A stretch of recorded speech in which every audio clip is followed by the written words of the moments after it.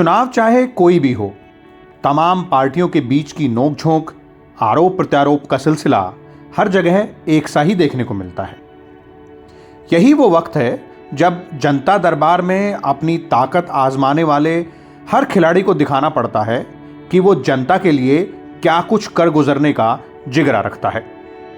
लेकिन जब आम जनता इस परीक्षा के नतीजे आउट करती है तो कहीं खुशी, कहीं गम का आलम भी एक जैसा ही देखने को मिलता है।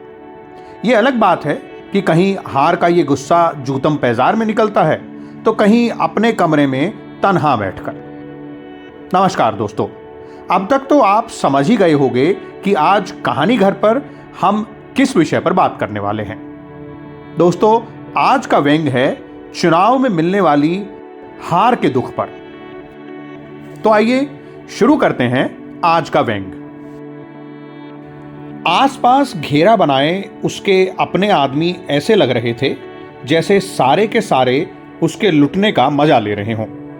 हालांकि सभी आदमी उदास थे, या फिर यूं कहिए कि उदास दिखने का सफल अभिनय कर रहे थे। कम से कम उसे तो ऐसा ही लग रहा था। भाई, बात भी कोई छोटी मोटी नहीं थी। चुनाव में हार हुई थी, और वो भी विधायक के चुनाव में। कल तक जो कार्यकर्ता उसे विधायक जी कहकर खुश करते थे, अब उन्हें समझ में नहीं आ रहा था कि क्या संबोधन लगाया जाए। कुछ लोग जो उनके बहुत करीबी थे, पूरे चुनाव के कर्ता धर्ता थे, या फिर सलाहकार थे, या कॉरपोरेट भाषा में कहा जाए तो उनके पास चुनाव का C&F था, उसे उसके नाम से सिर्फ अतिरिक्त रूप से भाई लगाकर ही बुला रहे थे। हर किसी के अफसोस जताने पर वो खुद को ढाढ़स दे रहा था। कार्यकर्ताओं में चाय समोसे पहले की तरह ही बांटे जा रहे थे। जीत की संभावना में मंगाए गए लड्डू भी डब्बों में एक कोने में बंद पड़े थे। समोसा और चाय खाने वालों की नज़र उन डब्बों पर ही थी, मानो जैसे समोसे के साथ उनको भी खा जाएंगे। गुलाल के बोरे, आतिशबाजी की पेटी, ये सब कमरे के किनारे में कहीं जगह घेरे पड़ी थी। आने वाले कार्यकर्ता जिन्हें उचित बैठने का स्थान नहीं मिल पाया था, वो इन्हीं डब्बों पर बैठ गए थे, और कोई इसका विरोध भी नहीं कर रहा था। फूल मालाएं तो इस तरह से छुपा दी गई थी कि उसकी नजर के सामने ना आए, जबकि वे थी वहीं पर। वो बहुत सुस्त हो गया था, लेकिन फिर भी खुश दिखने का प्रयास तो कर ही रहा था। उसने अपनी जीत के बाद का भाषण तैयार किया हुआ था, लेकिन हार के बाद क्या कहना है ये उसने सोचा ही नहीं था। और उसके सलाहकारों ने भी कभी इस बात के लिए उसको कोई सलाह ही नहीं दी। वो था तो व्यापारी, नफे नुकसान जोड़ भी सकता था, लेकिन उसे नफे के ही सारे सूत्र रटाए गए थे। जीतने के बाद क्या क्या करना है ये सब उसे बता दिया गया था, लेकिन वो क्या क्या नहीं करने वाला था वो सिर्फ उसी के दिल में था। वो किसी से कोई बात भी नहीं करना चाहता था, लेकिन इतने सारे हमदर्दों, कार्यकर्ताओं से अपने को अलग नहीं कर पा रहा था। हालांकि इन लोगों को दूर भगाने के लिए वो गालियां भी जानता था, जिनका कभी कभार उसने प्रयोग भी किया था, लेकिन ऐसे संवेदनशील मौके पर वो खुद इनका उपयोग सही नहीं समझता था। इसीलिए विरोधियों को दी जा रही गालियों के लिए वो कार्यकर्ताओं को मना कर रहा था। गालियां देकर तो वो खुद पूरी भीड़ को हटाना ही चाह रहा था, लेकिन इन्हीं के कंधे पर चढ़कर तो उसने राजनीति के चांद को पाने की कोशिश की थी। अब उन्हें एकदम से भगाया तो जा नहीं सकता। वो ये भी समझ रहा था कि ये भीड़ बहुत देर तक टिकने वाली भी नहीं है, क्योंकि उनमें से तमाम लोगों को जीता हुआ जो कैंडिडेट है उसको भी तो बधाई देने जाना है, और फिर इक्के दुक्के को छोड़कर ज्यादातर लोगों के बारे में वो ऐसा अनुमान लगा नहीं पा रहा था। वो बार बार ऐसे माहौल में सहज होने की कोशिश कर रहा था। उसे पेट में गैस भी महसूस हो रही थी, जो धीरे धीरे सीने की तरफ प्रेशर डाल रही थी। चेहरे पर आए पसीने को वो पार्टी के गमछे से पोंछता जा रहा था। चुनाव से पहले यही गमछा बहुत साफ और कलफदार हुआ करता था, लेकिन हार का पसीना पहुंचते पहुंचते गमछे की अकड़ भी लगता है चली गई थी। पसीना आ भी कुछ ज्यादा ही रहा था। लेकिन वहां मौजूद कोई भी आदमी उससे इस पसीने के कारण को पूछ नहीं रहा था। कारण शायद सभी को मालूम था। किसी के नहीं पूछने पर उसे खुद ही कहना पड़ा कि लगता है गैस चढ़ गई है। कुछ लोग उसे आराम करने की सलाह देने लगे। वो बहुत थका हुआ दिख भी रहा था। हालांकि पिछले 15 दिनों से उसने ऐसा कोई थका देने वाला काम किया नहीं था।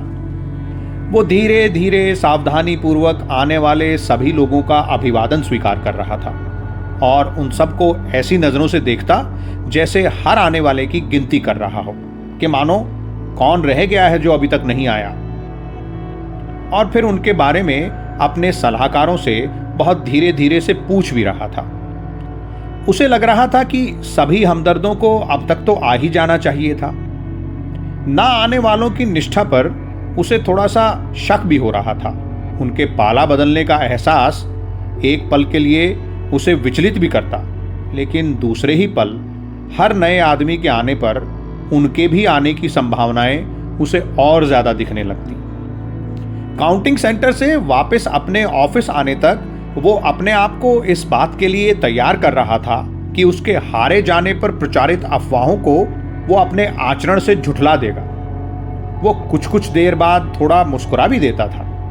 ऐसा करके वो अपने को बाकी जो हारे हुए कैंडिडेट्स हैं उनसे ज्यादा बेहतर बताने की कोशिश कर रहा था। लेकिन कार्यकर्ता हंस नहीं रहे थे। उन्हें तो अपने को मायूस दिखाना था। उसकी हार पर वे इसके अतिरिक्त और किसी तरीके से अपनी भावनाएं व्यक्त कर भी नहीं सकते थे, क्योंकि विरोधियों को गाली देने पर उसकी अपनी झुंझलाहट प्रकट हो सकती थी जो वो दिखाना नहीं चाहता था। इसीलिए मायूस चेहरा ही कार्यकर्ताओं का निष्ठा दिखाने का एकमात्र उपाय था। सामने सड़क से गुजरते लोग भी उसके ऑफिस के सामने मायूस दिखने लगते थे और फिर थोड़ा सा आगे जाकर सामान्य हो जाते थे। इससे उसको संतुष्टि मिल रही थी कि उसे अपने आसपास का सारा वातावरण गमगीन ही नजर आ रहा था। उसे ऐसा लग रहा था कि जैसे सारा इलाका उसकी हार से दुखी है। जीते हुए कैंडिडेट के कार्यालय से ढोल नगाड़ों और पटाखों की हल्की हल्की आवाजें आ रही थी। इसलिए कुछ कार्यकर्ताओं ने उसके कमरे का दरवाजा बंद कर दिया था, लेकिन उसने अपने विशाल हृदय का परिचय देते हुए दरवाजा खुला रखने का आदेश दिया और आवाजें फिर से सुनाई देने लगी। वो अपने कार्यकर्ताओं के बीच बैठा था, उसी जगह जहां हार से पहले बैठा करता था। इसी जगह पर बैठकर न जाने क्यों उसे अपने लीडर होने का एहसास होता था। जिस तरह अपनी गाड़ी में ड्राइवर के साथ आगे अकेले बैठे होने पर होता था। गाड़ी में पीछे बैठने वालों की संख्या जितनी ज्यादा होती थी, उसे अपने बड़े नेता होने का एहसास उतना ही ज्यादा होता था। उसकी गाड़ी से फूल मालाएं उतारी जा चुकी थी, लेकिन 2-4 फूल ऊपर की लाइट पर बंधे धागों से लटके रह गए थे। शायद इन्हें हटाना किसी ने जरूरी भी नहीं समझा और फिर उसने भी उनको टोका नहीं। गाड़ियां थोड़ी गंदी हो चुकी थी, कोई उन्हें साफ भी नहीं कर रहा था। ड्राइवर भी समझ चुका था कि भैया आप कहीं जाएंगे तो है नहीं। जीतने वाले कैंडिडेट के यहां से आ रही पटाखों और बैंडबाजों की आवाज अब कुछ कम हो गई थी, तो सामने के मंदिर से घंटियों की आवाज आने लगी थी। उसने रोज की तरह मंदिर जाने का कोई कार्यक्रम नहीं बनाया। शायद मन ही मन उसने भगवान से हाथ जोड़ लिए थे और आज ना आ सकने की माफी भी मांग ली थी। लोग अब कुछ कम होने लगे थे। लगभग हर मिलने जुलने वाला या तो आ चुका था या जो नहीं भी आए थे उन्होंने कोई ठोस कारण बताते हुए मोबाइल पर ही अपना दुख प्रकट कर दिया था, जिसे उसने बड़े ही अनमने ढंग से उनकी उपस्थिति के रूप में दर्ज भी कर लिया था। बाहर हवा थोड़ी तेज हो गई थी, आंधी आने के आसार थे। उन लोगों ने जो कमरों में एडजस्ट नहीं हो पाए थे, आंधी पानी से पहले घर जाने की तैयारी करने लगे और एक दूसरे को धीरे धीरे से कहने लगे, अरे भाई आंधी पानी तेज हो रहा है, घर नहीं चलना क्या? काफी लोग आकर जा चुके थे।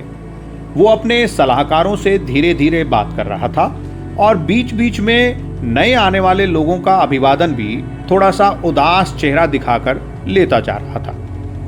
अब नए आने वाले बस चेहरा दिखाकर खिसक जा रहे थे। भीड़ काफी कम हो गई थी।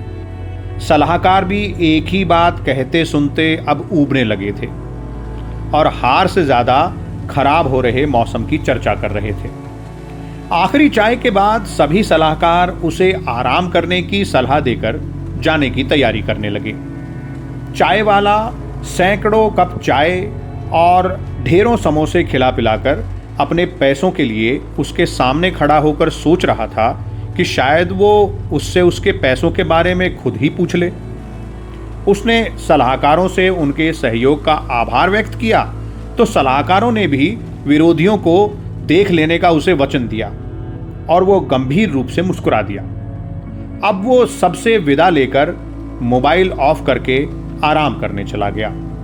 चाय वाला भी हारे हुए प्रत्याशी की तरह उदास मन से अपनी दुकान की तरफ चल दिया। तो ये था आशीष अग्रवाल का व्यंग। आपको ये व्यंग सुनकर पक्का अपने किसी जनप्रतिनिधि का हाल याद आया होगा। अगर आया है तो कमेंट बॉक्स में ज़रूर वो किस्सा हमारे साथ साझा करें।